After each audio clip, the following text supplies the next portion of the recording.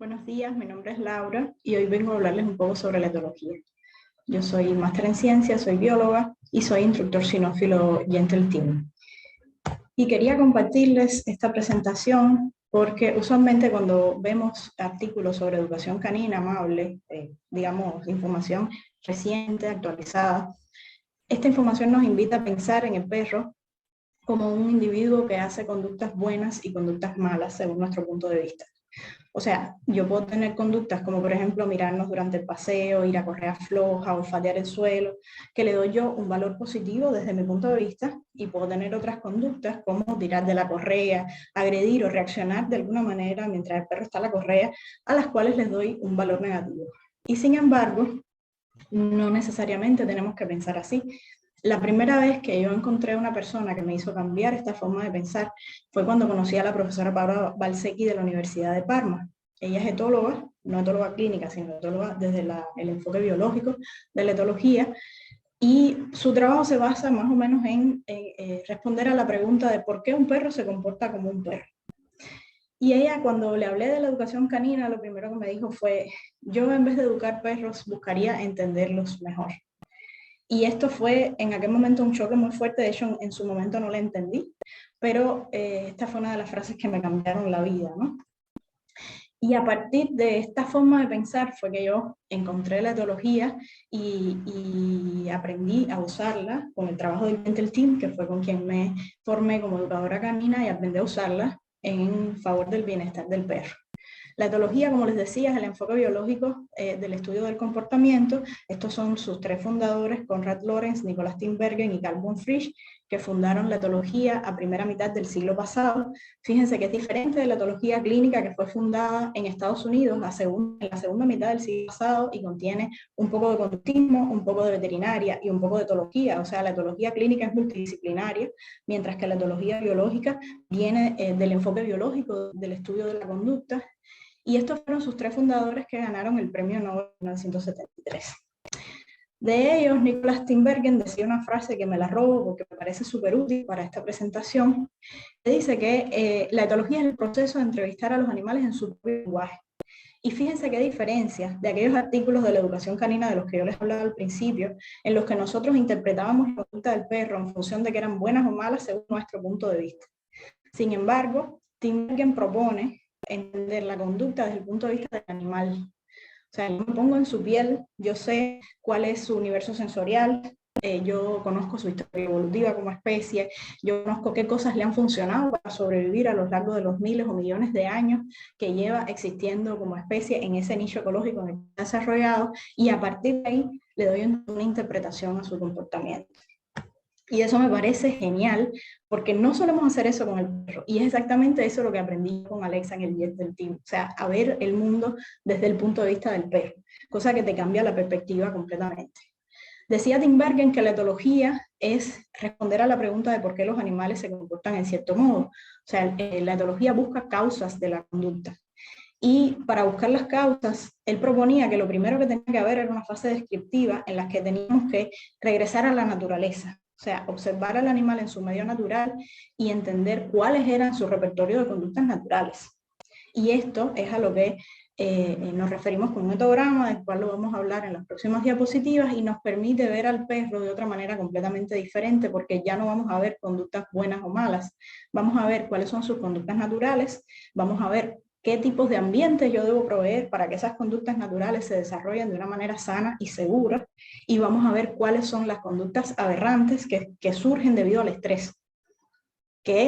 O sea, nosotros podemos considerar problemáticas, conductas que pueden ser naturales, y ahí nos toca gestionarlas de una manera efectiva, en el sentido de que yo voy a proveer un ambiente en el que puedan ocurrir de manera sana, o yo puedo estar viendo un perro que realmente se siente mal y lo que voy a hacer es proveer bienestar para ayudarlo.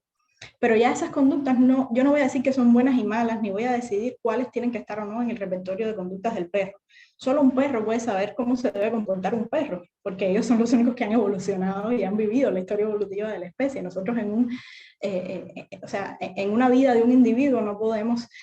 pretender saber mejor nosotros primates cómo debe comportarse un perro, que es un cánido que no tiene nada que ver con nuestra especie. O sea, tenemos muchas cosas en común, pero realmente somos especies completamente diferentes. Entonces, más o menos esa sería la idea de este enfoque. Por ejemplo, una de las conductas que suele verse como una conducta negativa es tirar a la correa, y sin embargo aquí tienen a Daisy, que bueno, yo soy su tía favorita o algo así, porque la saco de vez en cuando a un parque lindo a jugar y a hacer algún tipo de adiestramiento de trucos divertidos. Daisy viene con su familia y ella está feliz de verme y se está acercando corriendo para saludarme. Y se dan cuenta de que la expresión es completamente relajada y ella está tirando de la correa, pero se siente bien. O sea, un perro que hace una conducta que para nosotros resulta equivocada, no necesariamente se siente mal. O sea, él puede estarse sintiendo bien y somos nosotros los que tenemos que cambiar de perspectiva de cómo interpretar esa conducta.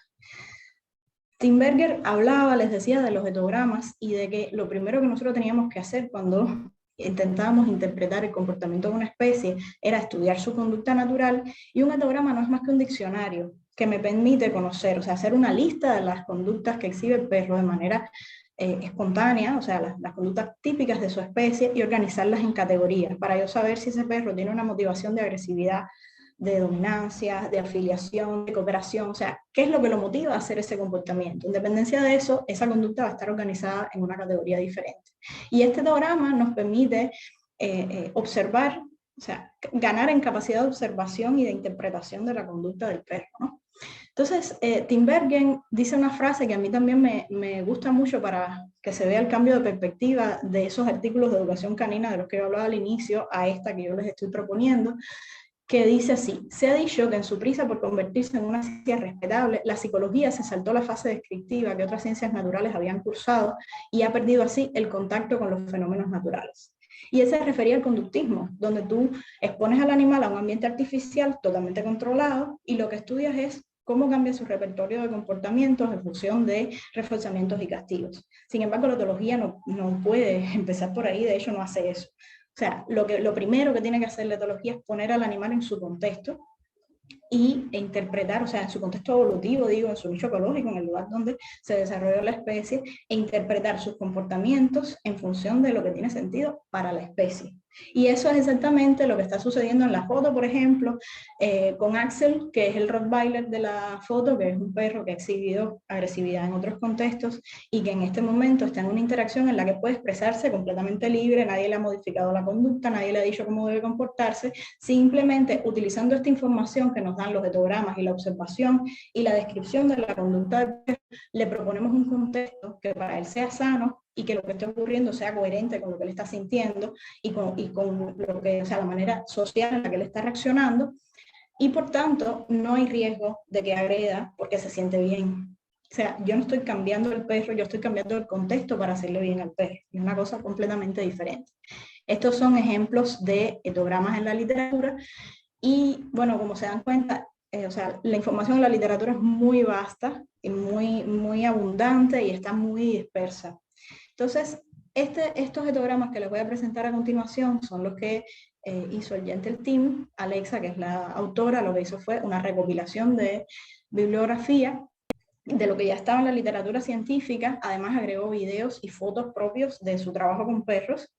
para que podamos no solo leer la descripción del comportamiento, sino ver cómo se ve en un video, que para mí eso fue un tesoro que me cambió la vida. Y bueno, hasta ahora están publicados por ella el etograma de comportamientos impositivos, que son los comportamientos de dominancia del perro doméstico, los comportamientos de estrés y los comportamientos de agresividad. De estos tres, el de estrés y el agonístico están en español. Si alguno de ustedes trabaja con perros o convive con perros, los etogramas son un tesoro. O sea, yo no gano nada de las ventas, pero siempre sugiero este material porque me parece que lo necesitamos si vamos a intentar interpretar la conducta social del perro doméstico. La etología no solo describe, sino que también intenta explicar cuáles son los mecanismos a nivel del sistema de control que ocurren mientras el organismo está exhibiendo cierta conducta, cuáles son las etapas de desarrollo por las que pasa ese organismo y cómo cambia su repertorio de conductas en esas etapas de desarrollo, cuál es la evolución de estas conductas a lo largo de la historia evolutiva de la especie y cuáles pueden haber sido las funciones de las conductas en este periodo. Por ejemplo, comer basura es una conducta que también etiquetamos como negativa en el repertorio de conductas del perro doméstico. Sin embargo, esta es una conducta que le ha servido para sobrevivir durante los miles de años que tiene como especie. Entonces, para un perro no tiene sentido que yo le modifique de alguna manera su conducta o haga un proceso de educación en el que lo enseñe a no comer basura. ¿Cómo yo podría gestionar este comportamiento de manera segura? Si quiero que mi perro coma de la basura, le pongo la correa y me alejo de la fuente de comida. No le estoy pidiendo que cambie su conducta, simplemente yo estoy controlando el espacio que usa de manera que no coma de una fuente que posiblemente le pueda hacer daño. También puede pasar que mi perro esté sano de la panza y la comida que haya en la basura no sea dañina, o sea, mi perro ha comido de la basura muchas veces y no hemos tenido problemas, porque yo estoy controlando qué es lo que come y sé que ahí no hay veneno. O sea, no es un área donde hay riesgo de que haya veneno. Entonces, no se trata de cambiar el repertorio de comportamiento del perro, sino de yo tener los conocimientos para tener una gestión efectiva de esa conducta sin perjudicar el bienestar del animal. La etología, otra ventaja grandísima que tiene, es que nos permite ver lo que hay por debajo de la punta del iceberg, en el sentido de que yo no solo me voy a quedar en la conducta y en qué es lo que puedo ver, como pasa con el conductismo, sino que voy a pensar en cuáles son las emociones del perro mientras está exhibiendo cierto comportamiento, cómo es su comportamiento social, cosa que tampoco puedo estudiar desde un punto de vista conductista, qué procesos cognitivos están ocurriendo mientras el perro se comporta de cierta forma, y además una cosa que me parece fundamental es que la etología le da mucho valor a la genética de la conducta. O sea, yo no busco cambiar la conducta típica de una especie, porque para un etólogo eso no tendría sentido, ¿no? Sino que busco entenderla, y en el caso de que vayas a convivir con esa especie, entonces proveer un ambiente sano donde esa conducta que tiene tanto de genético y tanto valor biológico pues pueda ser exhibida sin ningún problema, ¿no? Entonces los etólogos te hablan siempre de instintos, de impulsos, de cuál es la motivación del perro al exhibir esa conducta, de patrones de conducta fijos, que si buscan estos contextos van a ver que todos están relacionados con lo que viene con la conducta hereditaria de la especie, y que lo que nos ayuda es a la hora de nosotros ver esto en un plano de bienestar, donde tenemos que ver los 5 dominios que son de nutrición, de ambiente, de salud, de conducta y el dominio mental. Entonces, cuando vemos estos 5 dominios, ese valor que nos da la genética, ese estudio de la descripción de la conducta natural de la especie, entonces lo podemos usar para ofrecer bienestar en el dominio conductual, porque yo voy a conocer las conductas típicas de la especie y voy a garantizar que el animal pueda saciar esa necesidad de realizar esas conductas típicas de la especie. De ahí el valor de la genética, que te habla de la necesidad conductual del animal. Y además con ese etograma voy a poder interpretar si el animal está ansioso, si está frustrado, si está feliz, si está deprimido, o sea, qué es lo que está pasando a nivel de estado emocional. Una vez que yo tenga un etograma, voy a poder hacer una interpretación de toda esa información. Y para esto, o sea, todo esto me va a ayudar a proveer bienestar al individuo. Tomando en cuenta todas estas cosas maravillosas que la etología nos ofrece para proveer bienestar al perro y hacer una gestión efectiva del perro, pues yo realmente pienso que es una ciencia muy poderosa, y con esta frase quiero cerrar, y esta ciencia te permite interpretar y gestionar de una manera eficiente y sana la conducta del perro doméstico. Entonces aprendan sobre etología y úsenla para hacerle bien al perro. Muchas gracias.